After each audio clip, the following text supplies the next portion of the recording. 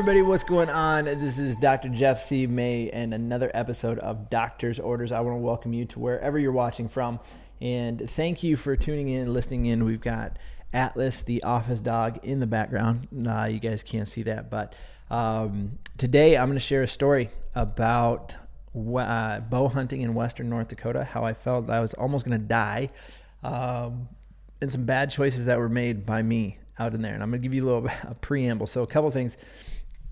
What you're going to get out of this episode is how to actually take action on certain things that you know. And you may, some of you listening may feel the feeling of guilt and shame rise up. That is not what I'm intending to, but if it happens, I would listen to it.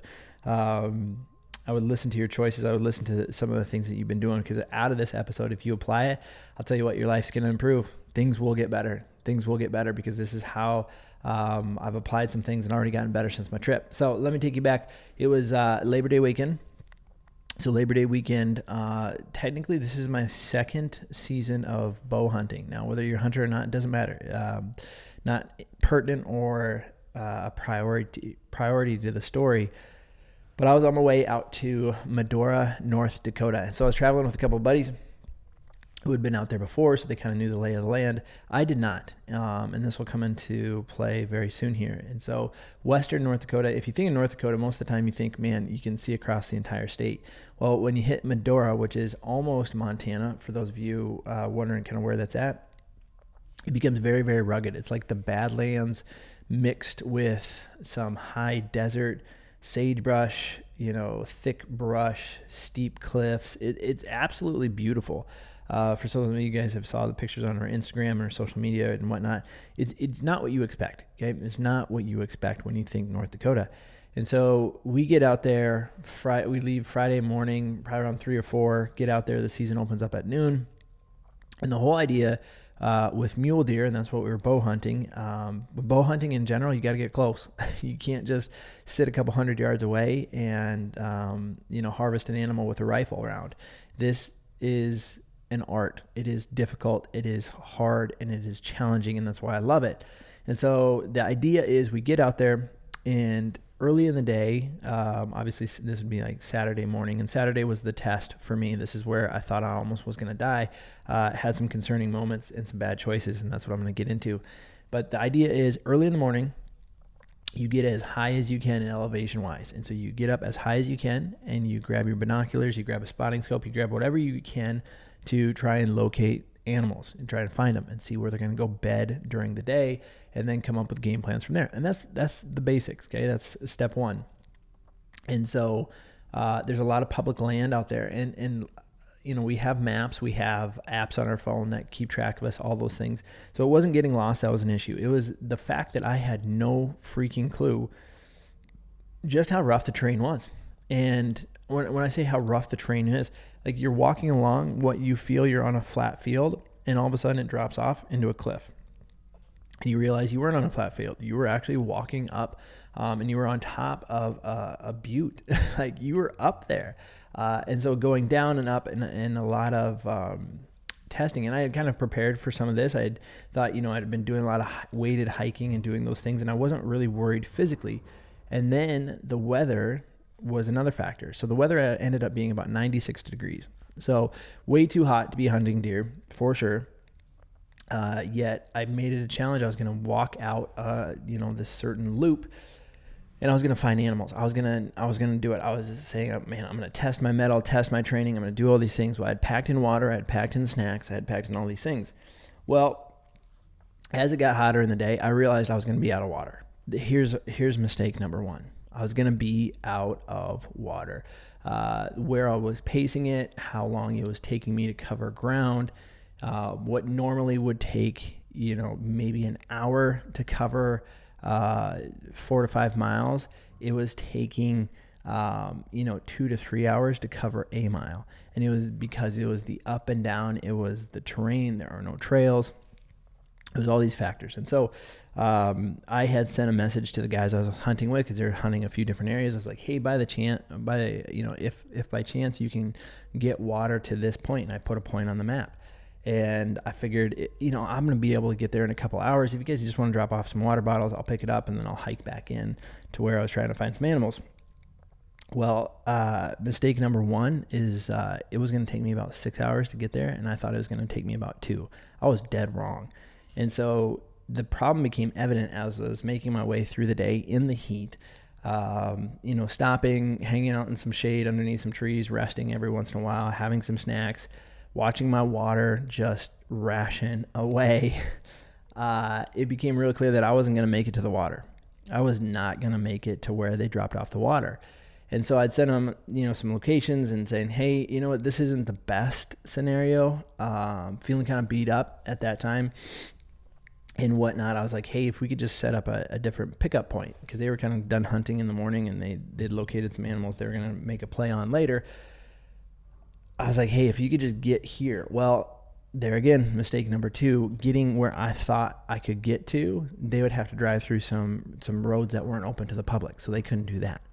So now the new drop-off point is looped around some private land in the middle of all this public land. Lo and behold, I'm going to be out of water. So at this point in the day, it is still really, really hot. I've got about half to a quarter bottle of water left, which is basically nothing. It's basically up and down another draw, and I'm going to be wiped out of water. So I have the choice now, because I either going to choose between dehydration or, lo and behold, what I come across in the bottom of this field, I can see it from the top of the ridge, is a cattle tank. Now, I grew up in Nebraska. I've been around a lot of stock tanks, cattle tanks.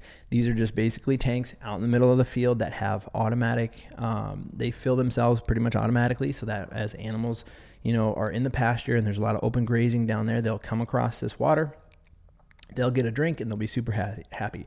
Well, you can imagine the quality of water in a stock tank in the middle of nowhere, North Dakota. It is not your Aquafina. It's not your filtered. It's not your bottled water. It's not your Evian. It's not your Voss. I don't know what other water there is. It's not that. It's green, for one. And I'm thinking, as I'm going up to this tank, I got 2 choices. I can either get dehydrated and deal with that, knowing that once you're dehydrated, it's really, really difficult at times to get hydrated. It's not just simple as drinking water. I got to replace salts at that time. I've got to replace a lot of fluids over a longer amount of time, because it's easier to get dehydrated. Oftentimes, it's easier to stay hydrated than it is to get hydrated when you have become dehydrated.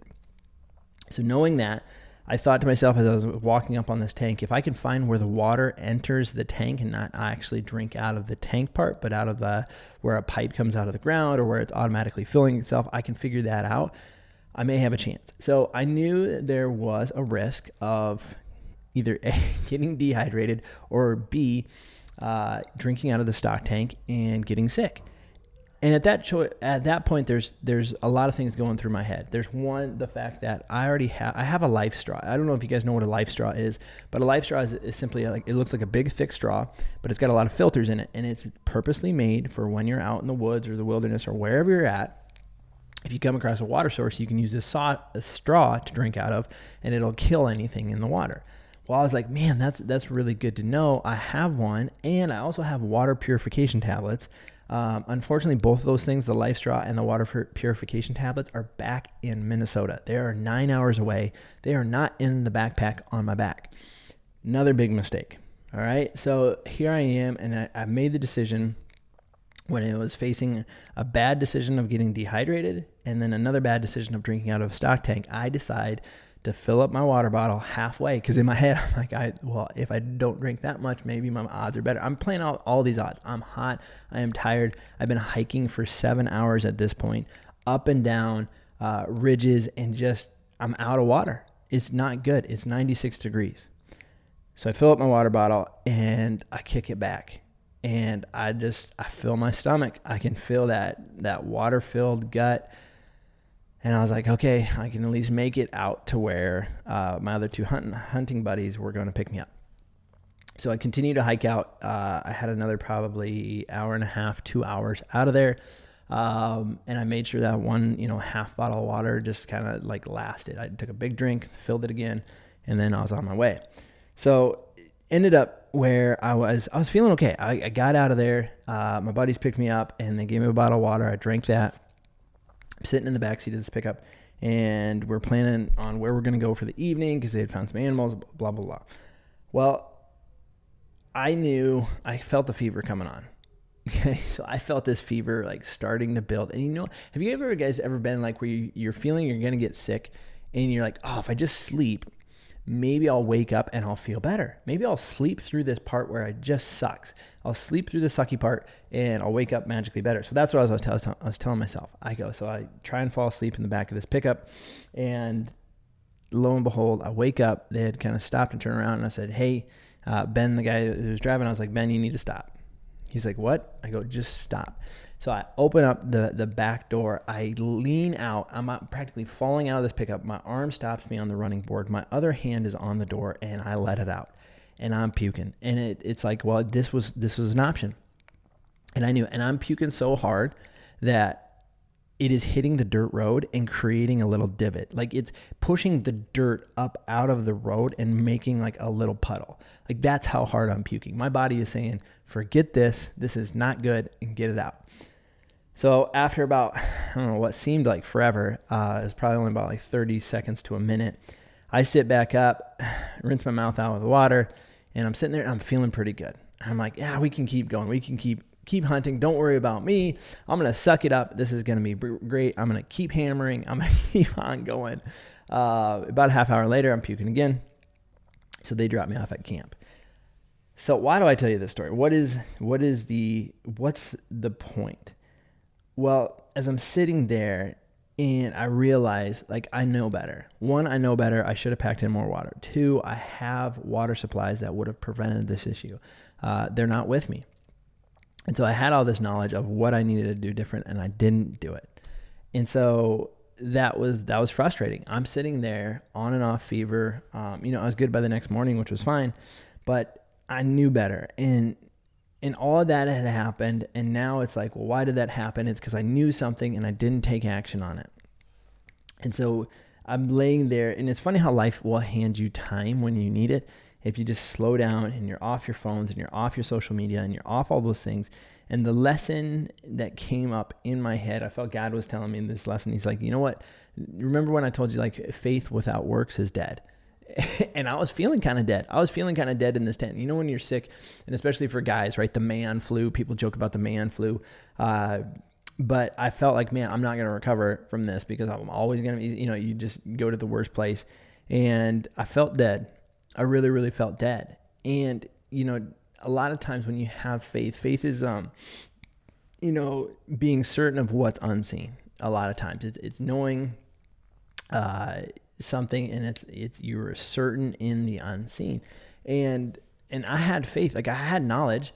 I had those things. I had the life straw. I had all those things. But without action, without actually bringing it and without actually using it, I found myself in a place where I felt dead.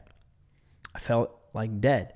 And you can look this up, James 2:7. It's faith without works is dead. And so I was living this out in the middle of nowhere in North Dakota.